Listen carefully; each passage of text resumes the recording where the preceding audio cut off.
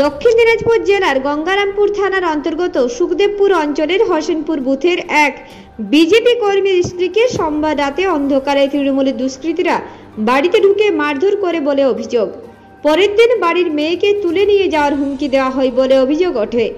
ঘটনার খবর পেয়ে মঙ্গলবার দুপুরে ওই পরিবারের সদস্যদের সঙ্গে সাক্ষাৎ করে পাশে থাকার আশ্বাস দিলেন দক্ষিণ দিনাজপুর জেলা বিজেপির সভাপতি স্বরূপ চৌধুরী।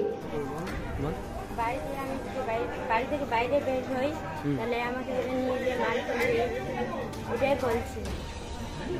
আচ্ছা, দেখুন, আমরা আজকে কালদিঘি হসপিটালে এসেছি।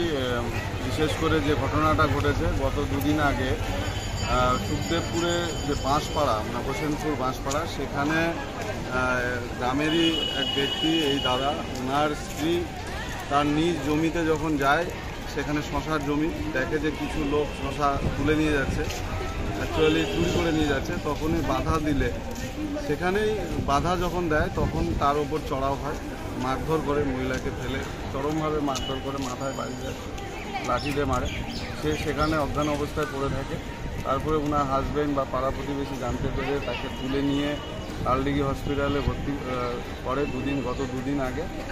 এবং দুর্ভাগ্যজনক ঘটনা, ওই ঘটনাটা ঘটে যাওয়ার পর সেই গ্রামেরই তৃণমূলের যারা মেম্বার আছে, তৃণমূলের কিছু নেতৃত্ব সেই গ্রামের বিচার সালিসি করে উল্টা তাদের ওপর দোষ চাপানোর চেষ্টা করে। এবং যখন বেগতিক দেখেন ইনারা লোকাল গঙ্গারামপুর থানাতে সেখানে কমপ্লেন করতে গেলে, সেই কমপ্লেনটা লেখার পরও রিসিভ নেয়নি। দুদিন ধরে এই অবস্থায় পড়ে আছে। ওনার বাড়িতে যে মেয়ে আছে, তার মেয়েকে, 14 বছরের মেয়ে, তার মেয়েকে ভয় দেখানো হচ্ছে, মেয়েকে তুলে নিয়ে যাওয়া হবে, এরকম বলা হচ্ছে।